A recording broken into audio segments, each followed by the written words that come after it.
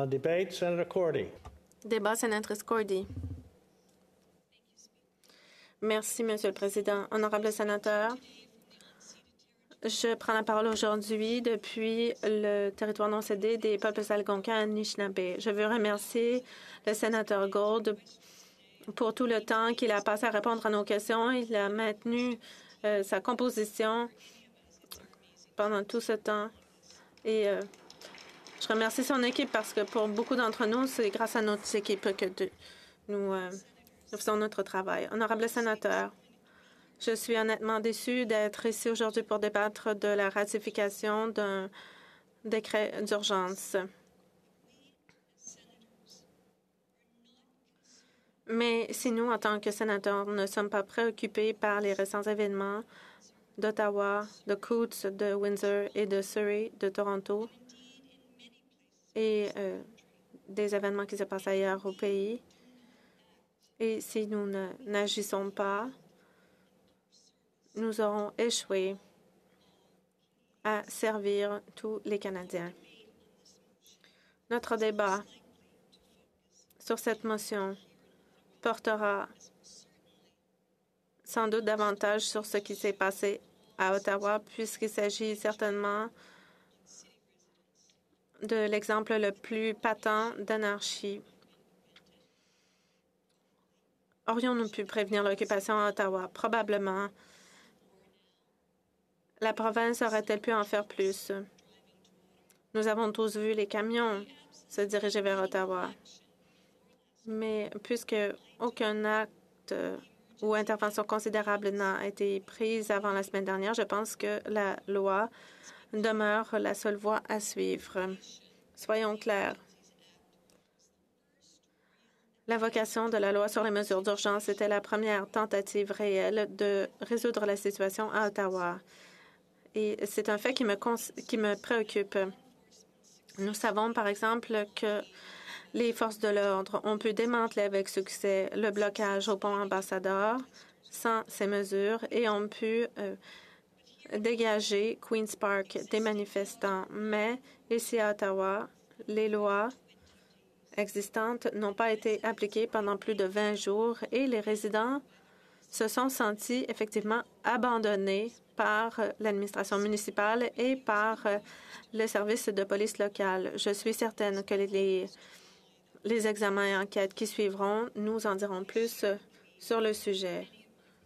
Je partage l'avis d'autres collègues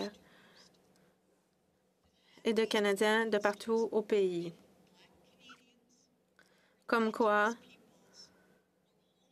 si ces manifestants avaient été des Canadiens noirs, des membres des peuples autochtones, eh bien, les forces de l'ordre auraient agi beaucoup plus rapidement et avec plus de brutalité. Alors, pensons à cela, collègues. Il est évident que le décret d'urgence a facilité les choses pour les forces de l'ordre à Ottawa pour gérer la situation et ont permis à des ressources de l'extérieur d'Ottawa de venir ici pour appliquer les lois. Le décret d'urgence a permis des restrictions de déplacement qui ont empêché l'afflux de manifestants la fin de semaine dernière et ont étouffé les efforts des manifestants de se réapprovisionner en essence et autres provisions. Et les mesures financières ont aussi fait une différence en empêchant le financement des efforts d'occupation. Pendant ce débat, nous allons entendre l'opinion publique à propos de la manifestation. Et nous avons déjà entendu les députés dans d'autres endroits tenir un débat vigoureux qui s'est inscrit selon des lignes de certains côtés prévisibles. Ce n'est pas tous ceux qui ont manifesté qui souhaitaient des impacts négatifs ou qui voulaient causer du tort à leurs concitoyens. Mais au centre-ville d'Ottawa, beaucoup ont subi des torts considérables, soit des torts financiers parce que ils n'ont pas pu aller travailler ou ils craignaient pour leur sécurité s'ils quittaient leur domicile. L'obligation de porter le masque, des restrictions de voyage et des mesures de confinement font partie des revendications, bien des mesures qui n'ont rien à voir avec le gouvernement fédéral. Et si la manifestation portait sur ce que je viens de dire, eh bien, il serait parti les manifestants quand le gouvernement Ford a annoncé l'assouplissement des mesures, puisqu'il s'agit justement de responsabilité provinciale. Mais même si c'était mal avisé, je crois au droit de manifester ici sur la colline parlementaire, comme beaucoup l'ont fait au cours des années sans incident. Avant la COVID, je dirais même qu'il y avait des manifestations presque chaque jour de la semaine. Mais une manifestation, c'est bien différent d'une occupation. But make no mistake. Ne vous y trompez pas. L'objectif initial de cette manifestation, bien qu'elle ait été présentée comme une protestation contre la vaccination obligatoire des camionneurs, bien qu'on sait que 90% des camionneurs sont vaccinés, était clairement exposée dans leur propre mémoire. L'objectif était de demander à cette Chambre, aux sénateurs et à la gouverneure générale de remplacer le gouvernement par un comité choisi par les occupants. Ils prévoyaient rester ici, à Ottawa, jusqu'à ce que leur demande soit satisfaite. Nous savons tous que c'est impossible. Nous savons tous que c'est une suggestion absurde qui n'avait aucune chance d'aboutir, mais ce n'est pas la question. L'intention est la question. Et, honorables sénateurs, cela devrait tous nous inquiéter. Honorables sénateurs, il ne s'agissait pas simplement d'une manifestation, ni même de désobéissance civile. C'était de l'anarchie. La sénatrice Saint-Germain l'a dit plus tôt dans son discours. Mon personnel a été harcelé lorsqu'il se rendait au bureau et lorsqu'il portait un masque. Ils ont été harcelés lorsqu'ils se rendaient à l'épicerie en portant un masque. Une grande partie de la défense de l'occupation d'Ottawa repose sur la suggestion qu'elle était non violente, que c'était comparable à la fête du Canada, avec des jacuzzis gonflables, des châteaux gonflables, un DJ. Ça a l'air bien. Je suis certaine que c'est l'opinion que certains avaient, mais la plupart des résidents d'Ottawa seraient en désaccord. Ce n'est pas parce qu'il n'y a pas eu de pillage, de vitrines fracassées ou d'émeutes généralisées que la manifestation n'a pas été violente. La violence n'est pas seulement physique. Elle peut aussi prendre la forme de harcèlement, d'intimidation, de stalking et de troubles de l'ordre public. J'ai parlé à des gens qui vivent ici à Ottawa. J'ai écouté leurs histoires.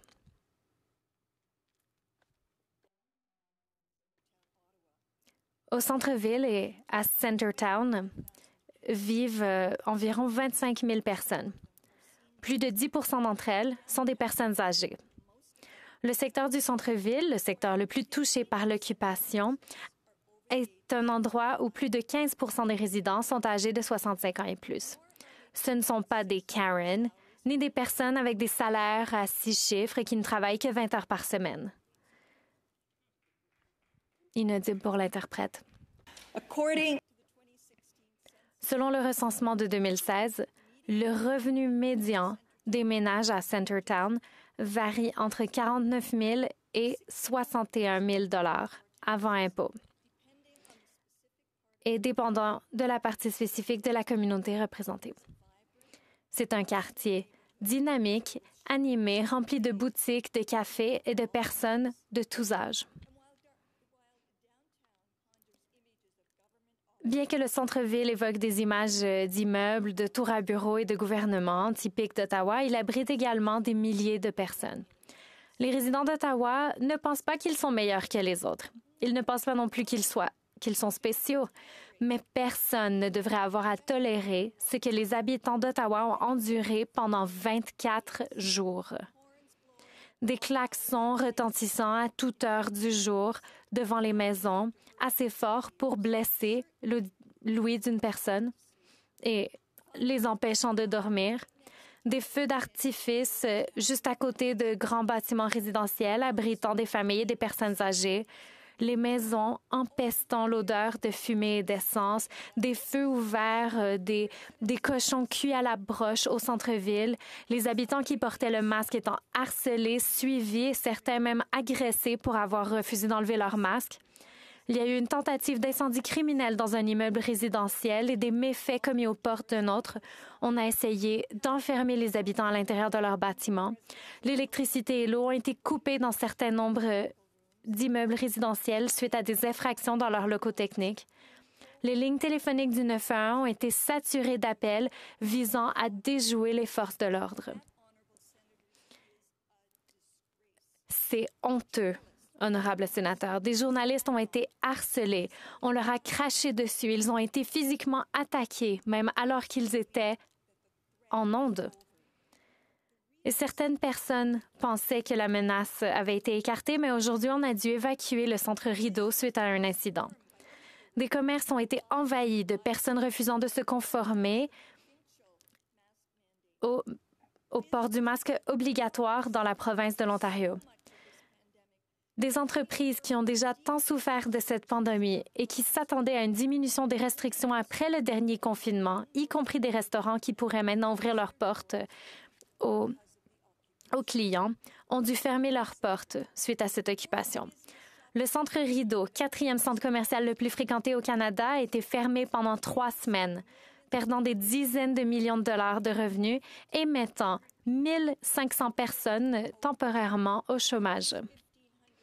De ces 1500 personnes, la plupart étaient des employés au salaire minimum vivant de chèque de paye à chèque de paye.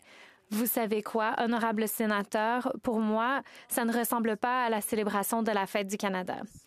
L'anarchie rampante a fait du centre-ville un endroit effrayant et dangereux pour de nombreuses personnes qui y vivent et y travaillent, et tout particulièrement pour les personnes noires, autochtones et racisées. Peu importe la fierté et le sentiment d'appartenance que les Canadiens peuvent avoir à l'égard de leur capitale, Ottawa reste le foyer permanent d'1 million de personnes. C'est leur ville. Le centre-ville d'Ottawa ne se résume pas à des tours à bureaux et à la colline du Parlement. Il y a des personnes réelles qui vivent ici. Centertown est une communauté diversifiée et dynamique. Des vraies personnes y vivent. Le marché animé et vivant, des vraies personnes y vivent. Des quartiers entiers ont été sous occupation. Les résidents veulent tout simplement un peu de paix et de tranquillité. Et ils ne veulent pas que cela se reproduise ici ou ailleurs. Et vous savez quoi, honorable sénateur, moi non plus. En définitive, nos droits garantis par la Charte s'accompagnent de responsabilités. Les choix personnels ont des conséquences et les droits des individus ne supplantent pas nos droits collectifs. À ceux qui pensent que le sentiment extrémiste est isolé à quelques occupants à Ottawa, je vous demande de passer quelques minutes sur Facebook, sur Twitter ou sur TikTok et d'examiner les éléments les plus extrêmes qui s'y cachent. Il ne fait aucun doute qu'en tant que nation, nous aurons à avoir des conversations très sérieuses à l'avenir. Et très bientôt, selon moi. Honorables sénateurs, je comprends que les Canadiens sont frustrés. Je comprends que leurs vies ont été bouleversées par la pandémie de COVID-19 et qu'ils veulent que les choses reviennent à la normale. Nous voulons tous un retour à la normale. Nous sommes tous fatigués de cette pandémie. Je suis tout aussi fatiguée que les Canadiens. Je reconnais le privilège que j'ai de ne pas avoir à me soucier de mon emploi. 2 très longues années se sont écoulées. Mais même maintenant, les Canadiens ne sont pas divisés. Des millions de personnes ont répondu à l'appel et ont fait ce qu'il fallait faire dans une situation sans précédent. Ils se sont fait vacciner, ils ont suivi les conseils de la santé publique et ont protégé les plus vulnérables d'entre nous. Ils forment la majorité silencieuse, persévérant dans l'adversité et faisant ce qui s'impose pour le bien de leurs concitoyens. Honorables sénateurs, nous devons continuer à travailler ensemble, comme nous l'avons toujours fait. Et c'est en travaillant ensemble que nous pourrons sortir de cette crise.